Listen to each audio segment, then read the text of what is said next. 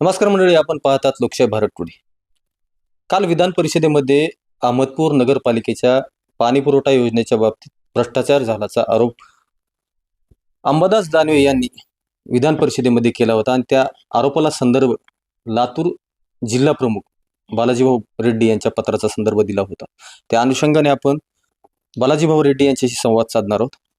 भाऊ, आपलं सर्व स्वागत आहे. जय महाराष्ट्र. जसं मी म्हटलं की अहमदपूर नगरपालिकेच्या पाणीपुरवठा योजनेमध्ये भ्रष्टाचार झाल्याचा आरोप अंबादास दानवे यांनी आपल्या पत्राचा दाखला देत विधान परिषदेमध्ये केला. काय प्रकरण? आरोप नाही, सत्य परिस्थिती आहे. अहमदपूरच्या जनतेला गेल्या बॉडीतील जे सर्व नगरसेवक म्हणा, जे कोणी असतील, सीओ यांनी फसवण्याचं काम केलेलं आहे. अत्यंत निकृष्ट दर्जाची पाईपलाईन झालेली आहे. ही पाईपलाईन करताना असं ठरलं होतं की अहमदपूर शहराला 2 दिवसाला पाणी जाईल, 3 दिवसाला जाईल, 4 दिवसाला जाईल. पण ते न होता अत्यंत निकृष्ट दर्जाची पाईपलाईन झाली. कुठं 2 फुटावर पाईपलाईन आहे, कुठं 1 फुटावर आहे. त्याच्यावर सिमेंट रोड नाही, काय नको, नावाला बेड केलेला आहे. तुम्ही जाऊन पाहू शकता. अनेक ठिकाणी पाईपलाईन झालेली नाही आणि काम कंप्लीट झालं म्हणून पत्र दिलेलं आहे. कुठे झाले पाईपलाईन? तुम्ही जाऊ आपल्या चॅनलच्या माध्यमातून. किती ठिकाणी पाईपलाईन अपूर्ण आहे, तुम्ही जाऊन पाहू शकता. पाईपलाईन जर बघितलं तर सारखं फुटते पाईपलाईन. 8 दिवसाला 15 दिवसाला चालूच आहे. या कामावर सुपरविजन करण्यासाठी असलेले संबंधित अधिकारी यांनी त्यावेळेस या बाबीची दखल घेतली नाही घ्यायला. प्रचंड भ्रष्टाचार. कोट्यवधी रुपयाचं 45 कोटीची पाईपलाईन होते. प्रचंड भ्रष्टाचार झालेला आहे याच्यामध्ये. तर या बाबतीत आपण आता जसं विधान परिषदेमध्ये हा प्रश्न पटलावर आलेला आहे आणि आता त्या संदर्भाने कारवाई देखील होईल. त्याची चौकशी सध्या लागलेली. त्याची चौकशीचं पत्र सध्या कलेक्टर साहेबाला आलं असेल. चौकशी चांगल्या प्रकारची झाली पाहिजे, ही आमची मागणी आहे. इथून जर कोणी अधिकाऱ्यानं जर खोटी माहिती दिली, त्याचे खैर नाही. ते दिंड काढल्याशिवाय बसवच बसणार नाही. अहमदपूरच्या जनतेसाठी आम्ही किती केसेस घ्यायला तयार, पूर्वी घेतलेले आहेत आणि आता पण घेऊ. कारण आज किती नागरिक परेशान आहे. 15 दिवसाला पाणी. काय चाललंय? एवढा भ्रष्टाचार. तत्कालीन त्या काळात पाईपलाईन झाली होती, तर त्या काळात आम्ही 3 दिवसाला 4 दिवसाला पाणी झालं होतं. पण ह्याच पाईपलाईनवर किती ठिकाणी पाईपलाईन फुटली. हीच पाईपलाईन सर्व भ्रष्टाचार झालेला आहे. त्याच्यामुळं माननीय विरोधी पक्ष नेते अंबादास दानवे साहेब माझे लिगामेंट पायाचं तुटल्यामुळं मला भेटायला आले होते. आल्यानंतर पूर्ण अहमदपूर विषयी चर्चा झाली. मला म्हणले ते पत्र सर्व डिटेल्स माहिती द्या. माहिती दिल्यानंतर मग त्यांनी इलुकी केलीत. मी आपल्या चॅनलच्या माध्यमातून अंबादास दानवे साहेब यांचं खूप खूप आभार व्यक्त करतो. कारण कुणीतरी आवाज उठवला पाहिजे होता ह्या पाईपलाईन संदर्भात, पण कोणी आवाज उठवलेला नाही. त्यामुळं दानवे साहेबांनी आवाज उठवला. त्यांचं मी मनपूर्वक अभिनंदन, धन्यवाद व्यक्त करू इच्छितो. अहमदपूर शहराचा सध्या ज्वलंत असलेला प्रश्न म्हणजे कचरा, आणि या कचऱ्यामुळं इथली जनता मागील काही दिवस प्रचंड त्रासात होती. हे नेमकं नियोजन नसल्यामुळे हे होतंय की इच्छाशक्ती नाही? त्या काळातले एजन्सी धारक जो कोणी असेल, त्याने गेले 1.5 वर्ष अहमदपूर शहरामधला कचरा उचलला नाही. तरीही काही नगरसेवकांना पत्र दिले बिल काढू नका म्हणून, तरी बिल काढण्यात आलं. का काढण्यात आलं? आपल्या चॅनलच्या माध्यमातून प्रश्न उपस्थित करतो.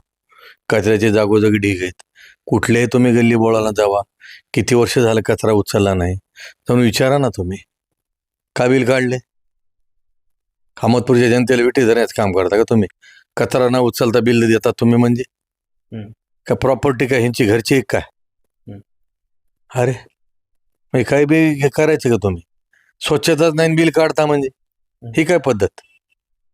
त्याची सध्या चौकशी मी लावणार आहे.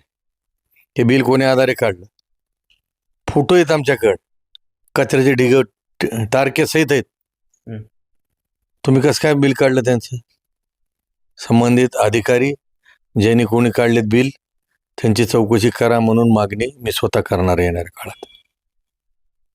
नगरसेवकांचे जसं हे बिल काढण्याला आक्षेप असताना बिल काढणं म्हणजे या बॉडीमध्ये एक संधता सुसूत्रता नाही का? नाही नाही, कशासाठी काढलं तुम्हाला माहित आहे ना, सांगायची काय गरज आहे तुम्हाला? बिल काढणं म्हणजे आहे अधिकार कोणाला आहे काढायचा, सहीचा शिव आणि अध्यक्ष. हा, का काढलं बाबा स्वच्छता नसताना बिल तुम्ही? शो पीस नका करू, ग्राउंड लेवलवर काम करा, जनतेचे काम करा. ओ शो दाखवून जमणार नाही. आज जाऊन बघा, हनुमान मंदिरापाशी कचरा होता, कोणतरी फोटो टाकला होता मला. किती कचरे ढीग होते हनुमान मंदिरापाशी, पुन्हा उचलला फोटो टाकल्यानंतर. काय चाललंय? शहरामध्ये तुम्ही कचरा, पाणी, लाईट ह्याकडे लक्ष नाही का? लक्ष देणं गरजेचं नाही का? जनतेने निवडून दिलेल्या जनतेला अभिप्रेत असं काम करणं आपलं काम आहे. का काम करत नाहीत? काम केलं पाहिजे ना. हा जनतेला विट्टी धरण्याचं काम करण्याचं काम चालू आहे, ह्यांचं चालू आहे. निवडणुका येत आहेत, निवडणुका जात आहेत, पण अहमदपूर शहरामध्ये ज्या पद्धतीचं काम व्हायला पाहिजे होते किंवा शहराच्या सौंदर्याच्या दृष्टीने बी जे काय काम व्हायला पाहिजे होते ते आजपर्यंत तर झालेलेच नाही. पण तू इथून पुढे तरी या शहरातील नागरिकांना अपेक्षा आहेत की काहीतरी बदल झाला पाहिजे. पण हा बदल सद्यस्थितीला तर अतिशय संत गतीनं होताना दिसत आहे.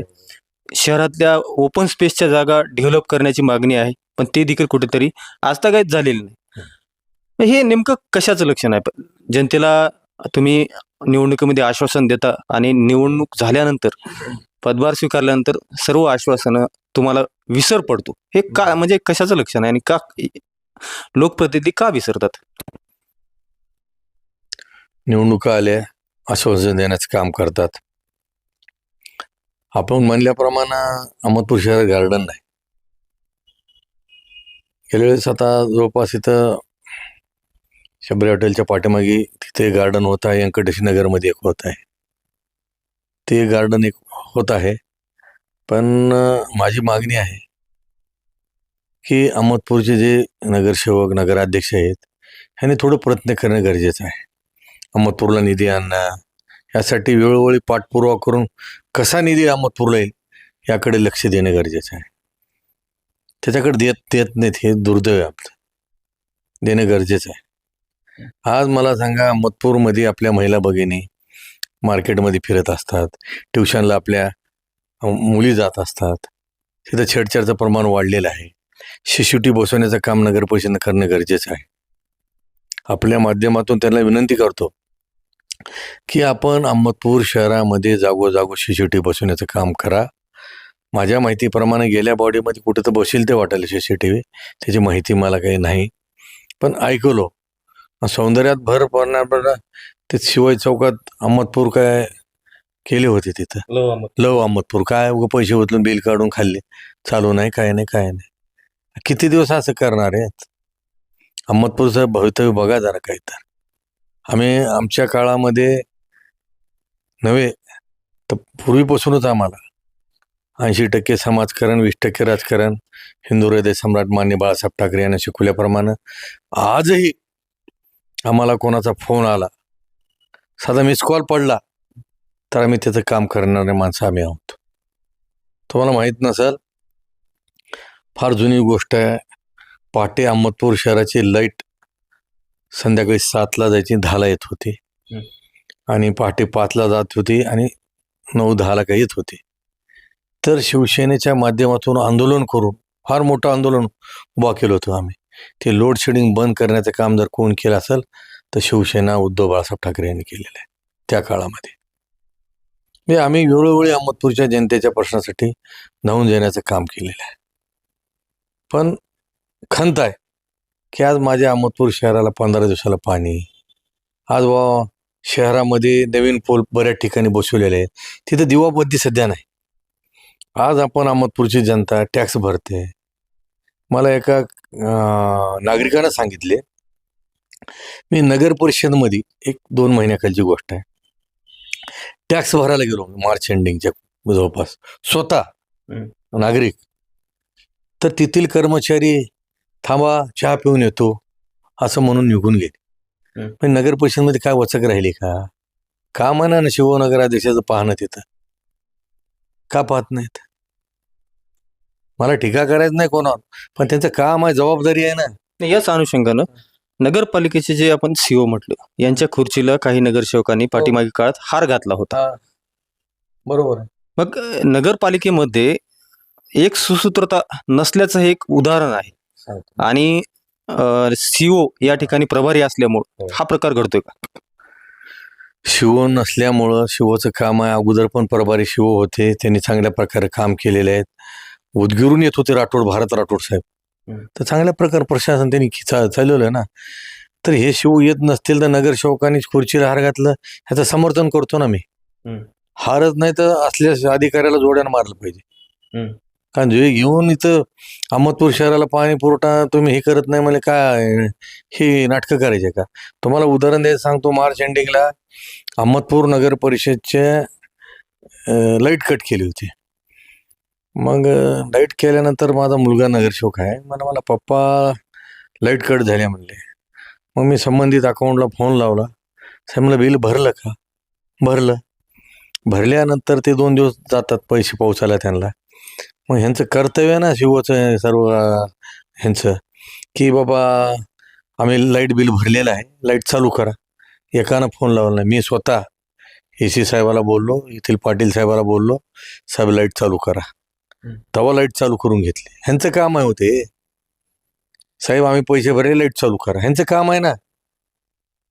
सध्याच्या काळात खंत वाटली.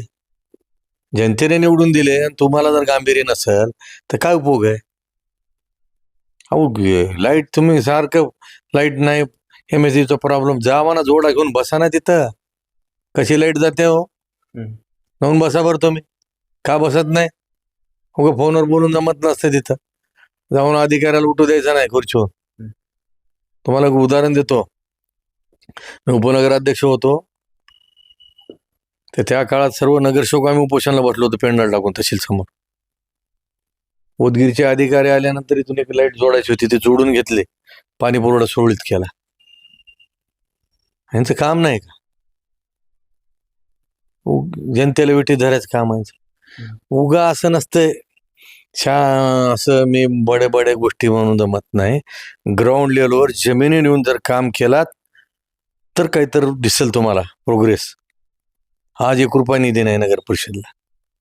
एवढं मोठं शहर आहे न आपल्याला निवडणुकीच्या काळामध्ये महिलांच्या सार्वजनिक विधी बाबतीत म्हणजे महिलांसाठी मुतारी उपलब्ध करून देण्याच्या बाबतीत देखील बऱ्याचशा आश्वासन देण्यात आले होते.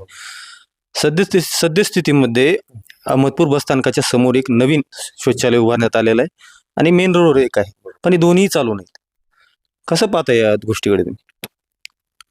तर एका भागाचे नगरसेवक आमच्या शिवसेनेच्या कोमल हलसे आहेत.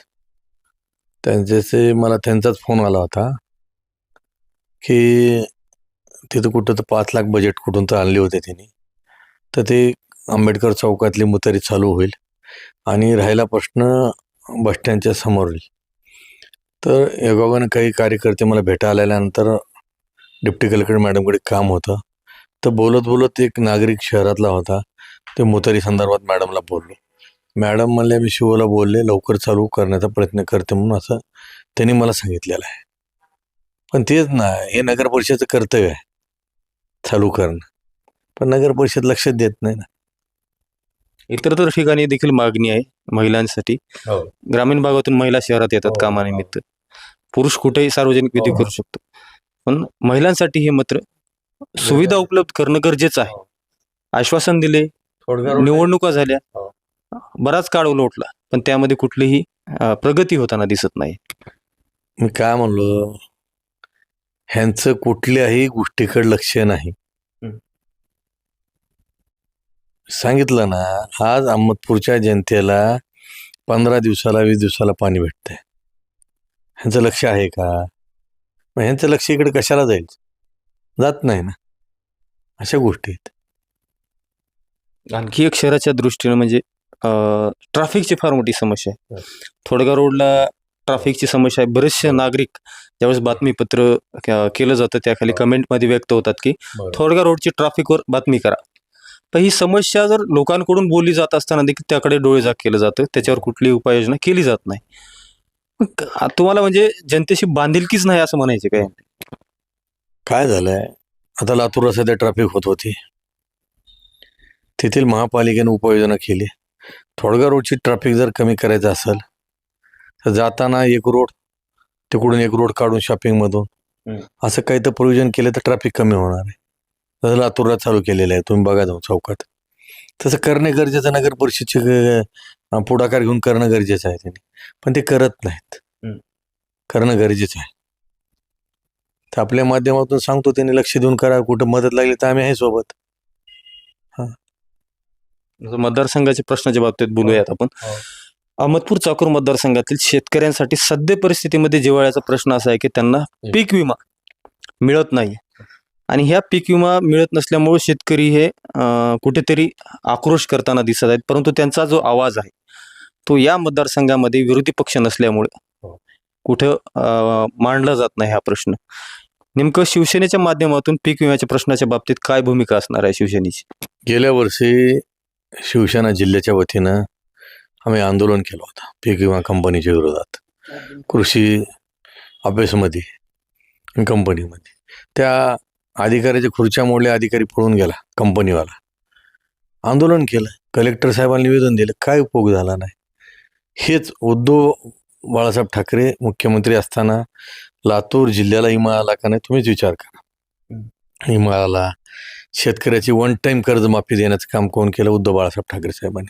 ह्यांनी काय केलं? काहीच नाही. राहिला मतदारसंघाचा प्रश्न, मी आपल्या चॅनलच्या माध्यमातून सांगतो, मी कधीही विरोधक असो ना कोणी असो, कोणीही मला फोन केलं आणि त्याचं काम केलं नाही असं माझ्याकडून कधी झालेलं नाही.